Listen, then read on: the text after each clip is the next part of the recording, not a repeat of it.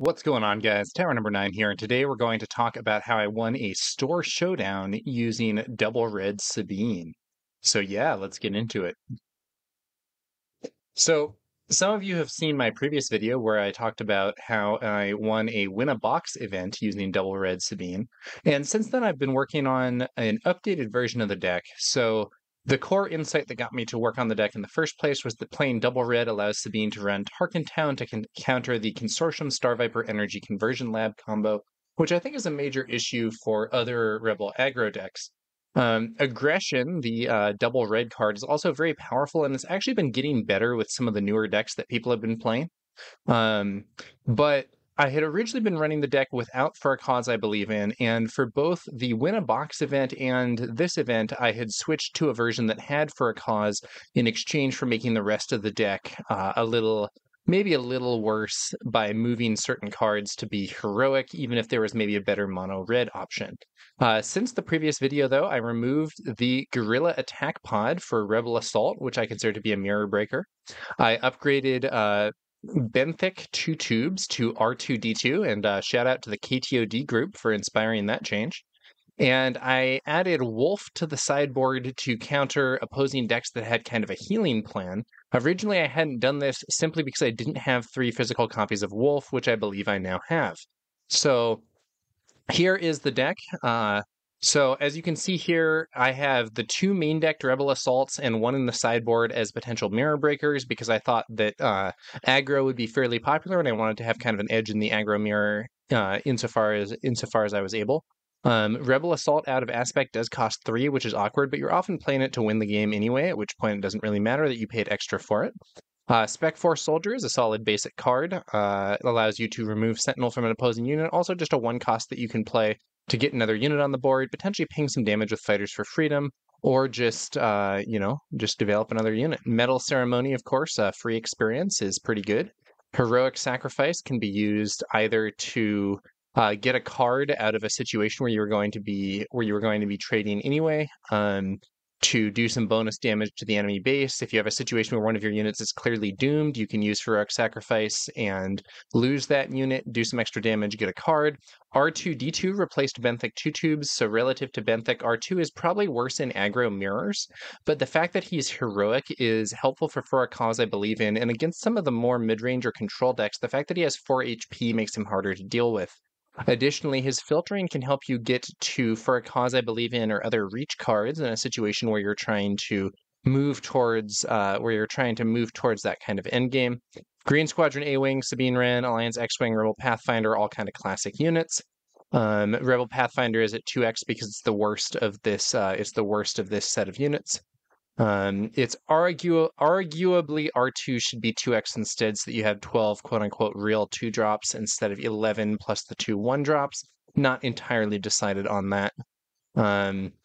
Fighters for Freedom is a lot worse of a card than it looks, but it's not a bad card. It's just like a 3 out of 5 or like a 3.5 out of 5 that looks like it's a like 4.5 out of 5. This often doesn't do very much ping damage, but when you do get it, it's nice, and having a 3/4 stat line is convenient. Red 3 is substantially stronger than Fighters for Freedom in the right scenario, but sometimes the Space Arena isn't the place that you want to be.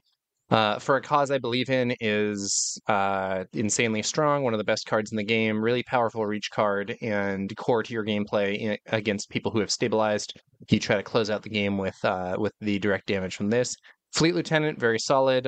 Combat Trick that also builds a 3/3 unit, pretty good. Wing Leader is sometimes better than Fleet Lieutenant and sometimes worse, depending on matchup. The 2 experience that you can get from that can be really good, but it does make you more vulnerable to disruption like Waylay and so on. Just something to consider. K2SO, extremely strong. I believe I used him almost entirely just for the extra damage. There are maybe some cases where you would make somebody discard, but most of the time he is a 4-cost 4/4 Overwhelm that also does bonus damage when he is defeated.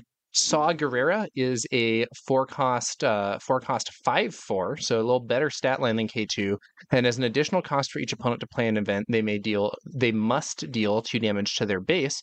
This makes him good against some of the control decks that play a bunch of events because you can get some bonus damage in, and convenient there. Aggression is a really key card to the deck, really good, really versatile, good against upgrades, good against some of the Sentinels people are running. Just overall a very strong card. And General Dodonna helps in mirrors, helps you get those extra stats. Overall fairly solid. In sideboard, we had 3 copies of Wolf to counter healing, 3 copies of Disabling Fangfighter, which provides some additional upgrade removal, especially against people who are running Entrenched as removal. I think this should probably only be at 2 copies because we already have the Aggression. And this is more of a supplemental upgrade removal option. It is better than Aggression against an early Entrenched, but just something to consider. 3rd copy of Saw, 3rd copy of Dodonna, and a single Gorilla Attack Pod. The sideboard probably needs some work, quite frankly. But there was a big mistake that I made in this tournament. It was actually a really major mistake, and believe it or not, I made it before the tournament even happened. And that mistake was I quite frankly forgot to check and make sure that I had the right deck sleeved up. It turned out that I still had the older build in my deck box. I thought I had changed it for a more recent event, but I hadn't made the changes that I wanted, and I went to the event with the wrong deck. So this was a major mistake. It was totally my fault, and it shows the importance of getting ready beforehand. Don't try and scramble on the day of the event to try and get all your cards together. Don't just assume that you have things already done. I had thought that for a previous local tournament, I had already swapped the cards for the updated version from my testing, but actually I hadn't. So, I arrive at the event or whatever and find, oh, this is the wrong build. So here's what I actually ran. Some of you may be familiar with this. This is the version that I played at the Win a Box tournament. And so I'm on 3 Gorilla Attack Pods, which I don't think I played a single time. I have Open Fire in the sideboard. All the Saws are in the sideboard. None of those are main deck because I'm still on Benthic instead of R2, and I want to try and preserve my For a Cause odds there. So overall, I think this is, in my opinion, a worse version of the deck, though it's not, it's not total garbage or anything. It still worked very well for me, but I was kicking myself a bit for not having that. All right, so let's go to the matchups on the day and see how things went. First round, I was against Command Boba. I think this was a player named Alan who I've seen at many events from pre-releases on, and I was able to get this one. He was playing Command Boba, but I ultimately got it, I believe, 2-0. Um, you know, and I may be misremembering some of the order of these rounds and matches. There were a lot of rounds. The store had said that it was 3 rounds Swiss on their website, but from the event length, I knew it was probably going to be more than that. So I thought maybe it was like 3 rounds into a cut. It turned out to be 5 rounds into a cut. So a lot of Star Wars Unlimited being played on that day. But I started off with a win. I believe it was 2-0 against Command Boba. And I noticed that my opponent was running the Gamorrean Guards, another tactic that has been sort of popularized by the KTOD group. And that would be a recurring theme. There were a lot of Gamorrean Guards. There were a lot of Gamorrean Guards on the field today, or not today, on Saturday. And fortunately for me, I think Aggression is actually in a pretty good spot to counter those guards because you can either send any small unit into them and then hit them with Tarkentown. You can potentially send Sabine into them and then hit them with Tarkentown, and Sabine lives. You can play Aggression to remove them and ready another unit or draw a card or something.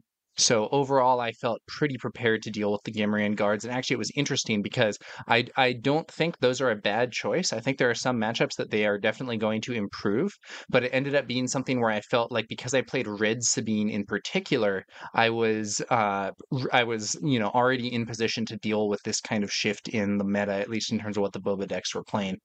Um, Round 2, I was playing against Command Krennic. I believe this player's name was Joseph, and we played 3 very close games. I don't remember exactly what the order was, but I won 1, he won 1, and game 3 was super close, down to the wire. But at the end, I could only get him to 29 HP, and he was able to close things out. It was a really close, fun game. And the crucial decision was, I believe, a turn before the last turn. I had to decide whether to use Sabine or to take initiative. And the situation was that my opponent had a reinforcement walker on the board.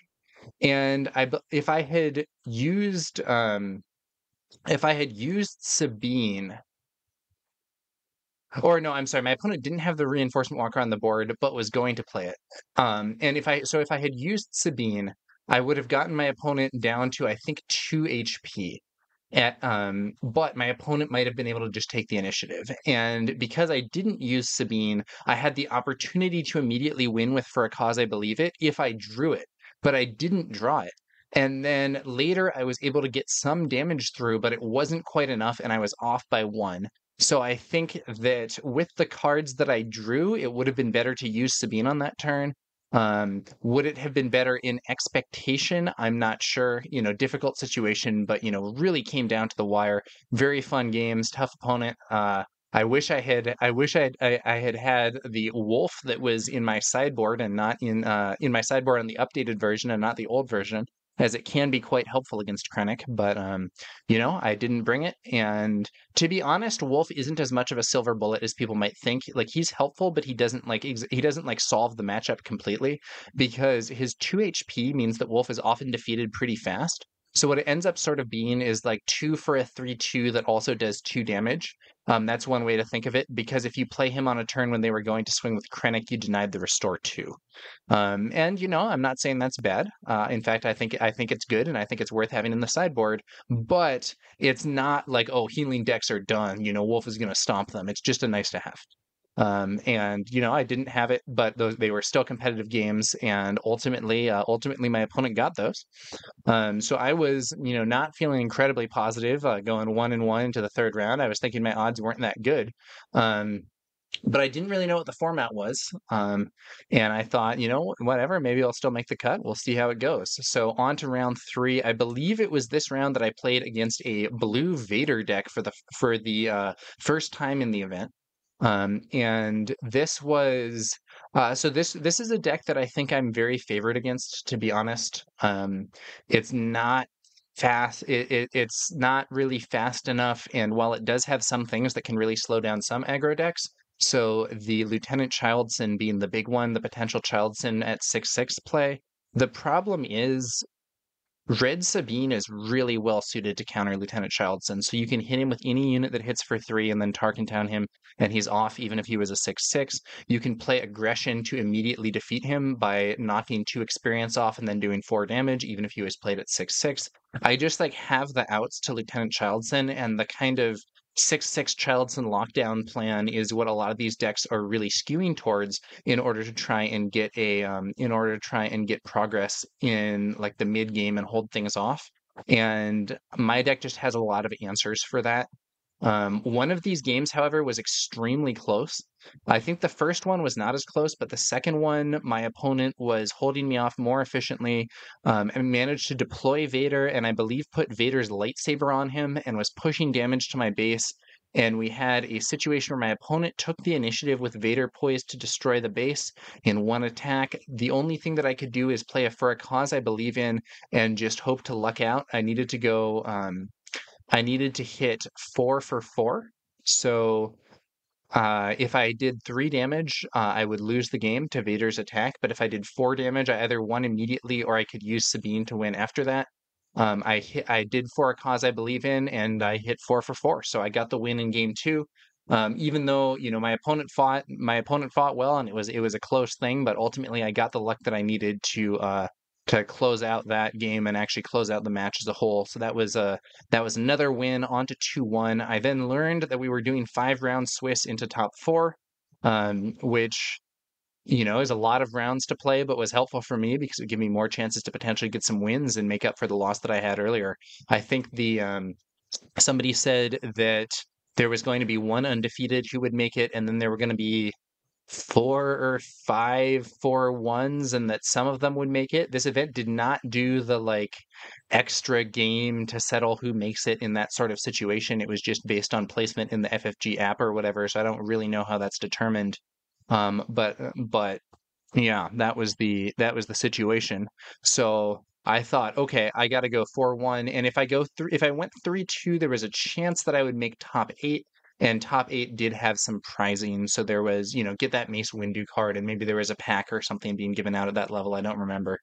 Okay, so that was round 3, victory against Blue Vader. I believe round 4 was another Command Boba. So Command Boba is a really popular deck, and it is a fairly strong deck. Some of these, so Command Boba was my most common opponent, and some of these matches kind of blended together, so I don't have the most detail on them, unfortunately. I believe that in four and five were both Command Bobas. I think in round four I went 2-0. And then in round five, I believe I went 2-1 in round five. Um, but I could be wrong about that, and I apologize for not having as much detail remembered for those games relative to the previous games. But there were, there were a lot of Command Boba games, and ultimately, I think there are people who consider Command Boba to be extremely favored into Sabine. I don't actually think that's correct. I think it's close to a 50-50. And it almost felt to me like I had kind of an edge in this matchup thanks to having aggression and Tarkhan to counter those Gamorrean guards. I believe all three of my Boba opponents were running the Gamorrean guards and recruits that were popularized by KTOD. So shout out to KTOD for kind of shaping the meta a bit. Um, and they've been helpful to me, and I think they were helpful for some of these opponents as well. Ultimately, I was able to win out against these Boba decks. Both round 4 and 5 were wins, and we were able to make the cut. So the cut, indeed, there was one undefeated player. I believe the undefeated player was a Command Sabine player. It's the classic Sabine green. And then among the other four ones, there was a aggression Leia player, so just kind of the classic Leia Tarkin Town Rebel aggro deck, I believe, and myself on Double Red Sabine, the Command Sabine, and then there were three aggro players and one lonely control player who was playing Vigilance Vader, and you know, it was a different blue Vader deck than the one that I had faced in round 3, but that was going to be the final cut. And that player said that he hoped not to play against me because he thought that the double red was going to be a very difficult matchup for him. And that the other aggros he thought he had a better chance against. And he got his wish in the semifinals. I was paired against the Command Sabine player who had I believe gone undefeated in Swiss, and the Vader player was paired against the Aggression Leia.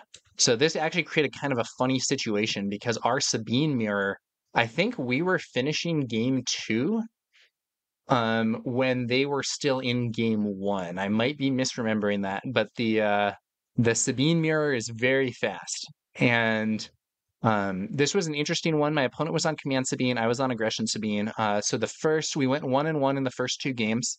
Um, I don't remember exactly what happened in these. But the third game, I believe, had a very interesting scenario where I ended up on a Benthic 2 tubes plus Spec Force Soldier start with my opponent starting in space, and that seems like it would be really good.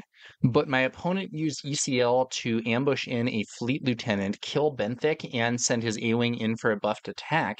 However, I was then able to use Tarkin Town to kill the Fleet Lieutenant and play an Open Fire, which was a card that is not in the sideboard in the more updated version, but was still in the sideboard here, to clear his A-Wing. And it ended up in a situation where I had taken 5 damage and I swung with my Spec Force Soldier to deal 2 damage to the opponent, so I was behind on damage dealt, but I was also the only one with a unit on the board. And this game was extremely close. In the end, I believe my opponent had nothing in hand going into, I think it was maybe the 4th or 5th turn, nothing in hand, but the board state was such that if he drew a Rebel Assault, he could play it and win immediately. And otherwise, it was going to take him 2 swings to destroy my base. And I needed to draw a pump, either a Fleet Lieutenant or a Heroic Sacrifice, to send my buffed Sabine into my opponent's base and win in 1 action. And if I didn't do that, I would win in 2 actions, which in fact meant I would lose because my opponent would hit me twice first. But on that top deck, my opponent could not get the Rebel Assault. I did end up getting, I believe, a Heroic Sacrifice, and I was able to send Sabine in to get the victory. So they were very close games. It was an odd situation because I felt like, on my older version of the deck, there were some things that I really didn't want. So like Gorilla Attack Pod is too slow for this matchup.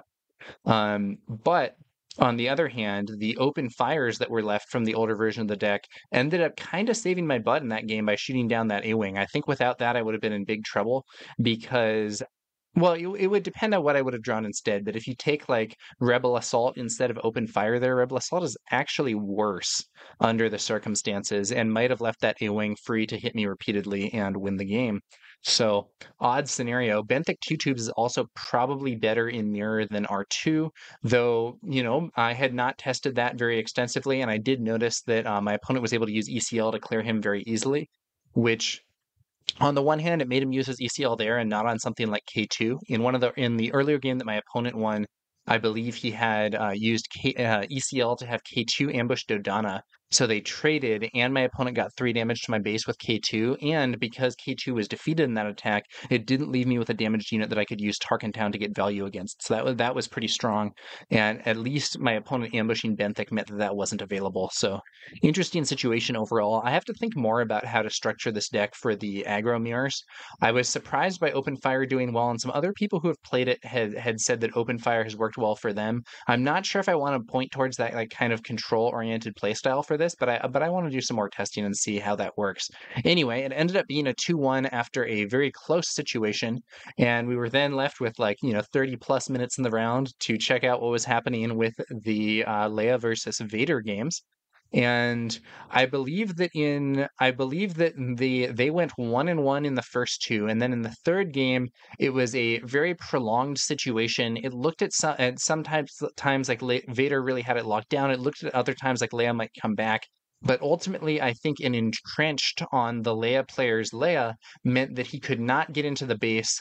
And I think he mentioned that he had not seen the entrenched in game 1 or 2, so had not sighted in his disabling Fang fighters in order to counter. And as a result, I think there were like maybe 4 or 5 turns where Leia was just sitting there entrenched with nothing to fight in the ground arena. And, with a Fang fighter or something to remove that, it might have been a different story. But as it stood, it was not the toughest situation in the world for Vader. And he was ultimately able to get the win. So I was indeed against the Vigilance Vader for our finals. And I believe this player's name was Roland, though I may be wrong on that. He's actually a player that, if you saw my earlier video talking about Chewbacca, this is the player who had beaten me in a draft in San Francisco using Chewie. He beat me in the finals or whatever, to go undefeated, and had kind of inspired me to take another look at Chewbacca in the draft format. So I knew this guy. This guy seemed like a pretty good player, and he had been doing well on that day. But I did feel like I had an advantage going into the finals because I do think Double Red Sabine is a bad matchup for him. And he had an interesting play style where he was kind of playing it. He was kind of playing it not as much as like a super hard control, but more as an aggro control, where he was trying to get substantial value out of early units that can do major damage. So in this case, it was Death Star Stormtrooper. So I believe in maybe all 3 games, he led off with a Death Star Stormtrooper and was able to use that to push damage to my base, while then in later turns using his control elements to try to suppress my own units. In the first game, this actually resulted in him doing damage to my base much more quickly than normal and being able to get the win. I had done substantial damage to him, but the damage on my base was adding up too with the troopers. And once Vader hit the board and started doing some more damage, I just didn't have as much time as I might in some other scenarios to try and draw into my reach cards. So sometimes you play against someone who manages to stabilize, but you're still at full HP, and you have a lot of time to potentially draw into For a Cause and into K2 and use those cards to regain the game. And in this case, that wasn't true because of the early damage that I had suffered. So I ended up losing the first round, and going into the second and third rounds, I was thinking, okay, it's on. In the second and third rounds, the overall situation ended up being more favorable for me. and I was able to overall do the damage that I needed to do. I believe my opponent played Child Sin, but it wasn't very effective. In one of the games, it did actually stall me attacking with Sabine for a turn, I believe. I think I deployed her, but didn't immediately attack with her, and then resolved the Child Sin issue on the next turn. Um, but it's just overall not something that I'm really that scared of. And in the previous round three against Vigilance Vader, there was also a situation where my opponent had played Childson, and I had a Fighters for Freedom on the board, and I was able to play red three, play Benthic, so that's 2 damage with the Fighters for Freedom. Then have the Fighters for Freedom swing into Childson and clear him with Tarkin Town, then deploy Sabine and swing into the enemy base, and that just felt like a really advantaged turn. Tarkin Town helping out a lot in that scenario, and it wasn't quite as lopsided in the finals. They were relatively close games, but I was able to get that advantage, and I believe in the very final game. Um, my opponent had, I think, 2 of the Death Star troopers on the field and had been hitting my base. I had been hitting his base, and I think the final play was he played Vigilance to kill one of my units and heal for 5. I had gotten him down to a pretty low amount of life, but Vigilance healed him up. I think he maybe went to 10 or 11 HP remaining instead of 5 or 6. And what I was able to do, this was on the 6 resource turn, so he was tapped out for the Vigilance. And I used Wing Leader to buff K2SO up to a 6/6. Then I heroic sacrificed him into the base, dealing 6 damage base, +2 from the heroic sacrifice, so for 8, and then 3 more for K2 being defeated to deal the 11 damage that I needed to close the game. So, heroic sacrifice and K2 is a good combo. It's indicated by the card art. It's what happened in the movie, and it worked well in the game here as well. So, that was kind of a cool way to end the event, and I was able to get the win. But my opponent Roland here fought hard.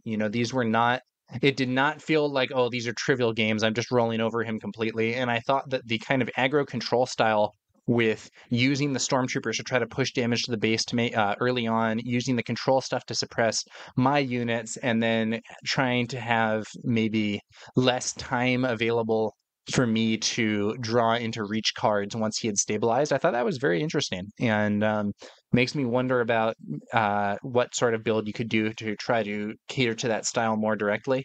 But that's probably a topic for another day, another video. And overall, I was happy to be able to get the win after a large number of games of Star Wars Unlimited. I think it was let's see, I think two of my matches went to 3 games in the Swiss phase, and both of them went to 3 games in the cut. So that would be 12 games there plus 3 2-0s. So that would be another 6 games. So it'd be 18 games of Star Wars Unlimited on the day, and ultimately a lot of fun. Of those 18 games, I had 2 losses against Krennic, 1 loss against one of the Bobas. And is that right? Yeah, I think I had 5 losses as a whole. So 13-5 was the overall record, with 1 loss to each of the opponents in the cut, 1 loss to one of the Bobas, and 2 losses to the Krennic. So not some insane super high win rate, but it was enough to get me the win. So I felt pretty good about the overall result, and was happy to do maybe better than I expected after I realized I had brought the wrong deck to the event. So a little embarrassing, but we were able to get there. So thoughts on the future of the deck. So if anything, the deck actually seemed better positioned now than it did earlier. Aggression has been getting lots of value, and with these people playing Gamorrean guards, aggression seems even better. In one of the games against Boba, I was able to have, I think I had I don't remember what had happened earlier, but I had a red 3 on the board, and my opponent had a shielded crafty smuggler. I don't remember if there had been ECL ambush Star Viper into A-Wing and then cleared by Tarkin Town on the previous turn or what. but my opponent played a Gamorrean Guard, and thinking maybe this is going to block Sabine, perhaps. And I swung with red 3, played aggression to kill the Gamorrean Guard, and ready red 3, swung with red 3 again, deployed Sabine, and swung into the base with Sabine. Just felt like massive value there. So that was pretty cool. So aggression's been really good, and against Gamorrean Guard and Lieutenant Childson that have recently become popular, it's getting even more value than it was earlier. The main question for me in this deck is whether Cunning Boba is going to become popular. So Cunning Boba is, I think, probably my worst matchup at present. The actual card Cunning is just too disruptive, and it allows the deck to kind of out aggro you in some situations, or play more like an aggro tempo game plan where they're going aggro, but they also have a lot of disruption that can mess with you, and you can't really mess with them in the same way.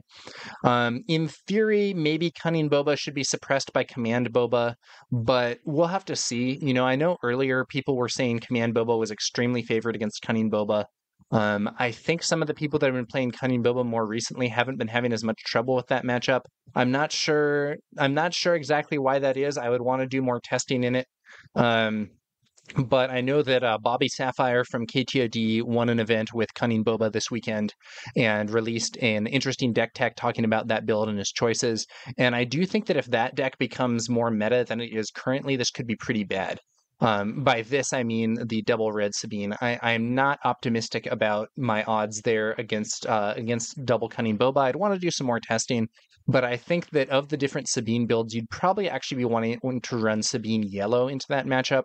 I'm not saying that that's necessarily going to be the Silver Bullet or whatever, but you do have some options like Spark of Rebellion to get rid of Cunning, and some other stuff. You have a lot of burst damage with things like Sneak Attack and the Millennium Falcon in that build, and it might allow you to get around some of the stuff that Cunning Boba can do. Don't know for sure, though. I'd want to do some more testing and try to figure that out. Thus far, it seemed to me that Command Boba has often sort of suppressed Cunning Boba, because in the past that was considered an extremely favorable matchup for Command Boba, like 70-30 or something. Because Command Boba, can ramp and get their Boba out sooner and then shut down Cunning Boba's Boba turn with things like Surprise Strike Boba to kill their Boba, or a Steadfast Battalion off ECL. However, the Cunning Bobas are, maybe fighting back, maybe finding ways around that. Maybe the Command Bobas are adapting to different sorts of threats and are not as well positioned. I don't know exactly what's going on there, but Bobby Sapphire got the win with Cunning Boba. I think other people might well be able to do the same thing, and if that becomes popular, I would be looking at transitioning away from this deck. I am actually pretty interested in Cunning Sabine. I know Rebel Resource has had some material related to that, and I've been interested in some of the stuff that he's doing. And others who are building with that deck as well. But yeah, that's sort of what I'm thinking for the future. I like this deck. I think it's a lot of fun, and insofar as we don't start seeing a bunch of Cunning Bobas, I think it's actually really well positioned to deal with some of those Sentinels, like I was saying earlier. I actually think this is maybe the best of the Sabine decks against some of the Sentinels. It feels like it has the best options to handle them. But we'll see what happens as the meta goes on. So one thing that I really like about Star Wars Unlimited is even with only one set, it doesn't feel like we were in like figure out what the best decks are and then stop mode. There have been some games that I've played in the past where it's felt like most of the meta evolution in set one is just people figuring out what's good and bad in the game, and then once that's figured out, there aren't a lot of changes to make. But in this game, it feels really different. In this game, it feels like there's genuine like tech and plans for different matchups and building your deck to counter the meta that you expect on the day, which is another thing that Bobby Sapphire's talked about a bunch, as well as others. And I think it's very interesting. The meta really does feel, it's not like totally open. Like I don't anticipate someone's going to show up with IG-88 and start winning all the events. That seems really unlikely to me. But it feels like it is not totally settled. There's still evolution and tech and counterplays and so on. So yeah, overall, I am excited to be playing Star Wars Unlimited right now. I think the game is in a really cool place, and we have exciting previews on the way for set 2 as well. So yeah, get hyped for that. So that's gonna about do it for this one, guys. I'm just gonna leave you guys with the question: What do you guys think about Double Red Sabine? Is that a build that you've tried? Is that something that seems exciting to you? I do have one other note, which is that I was hoping to play in another Win a Box event that was the same evening as the Store Showdown, but because the Store Showdown format ended up being much longer than anticipated, I actually missed the second event, or I missed at least the first round, and went up there just to be a judge and not play in the event myself. The winner of that event was actually a local player who was using a deck inspired by my own. So we had two local events, one by Double Red Sabine on the same day, and does that mean Double Red Sabine is great? I don't know, but at the very least, it seemed very well positioned against the decks that people were running locally. So yeah. That's gonna and the one other funny thing about that is I think that his deck was actually better than mine because I think he had made some of the more recent changes and I hadn't because I ran this wrong deck list by mistake. So a little bit of an irony there. But yeah, that was the that was the May the 4th the May the 4th Store Showdown. It was a good result. Good result for Double Red Sabine, and I was happy to be able to get the win. And yeah, that's gonna about do it for this one, guys. Thanks to y'all for watching, and we'll be back later with some more Star Wars Unlimited content. I will catch you guys later.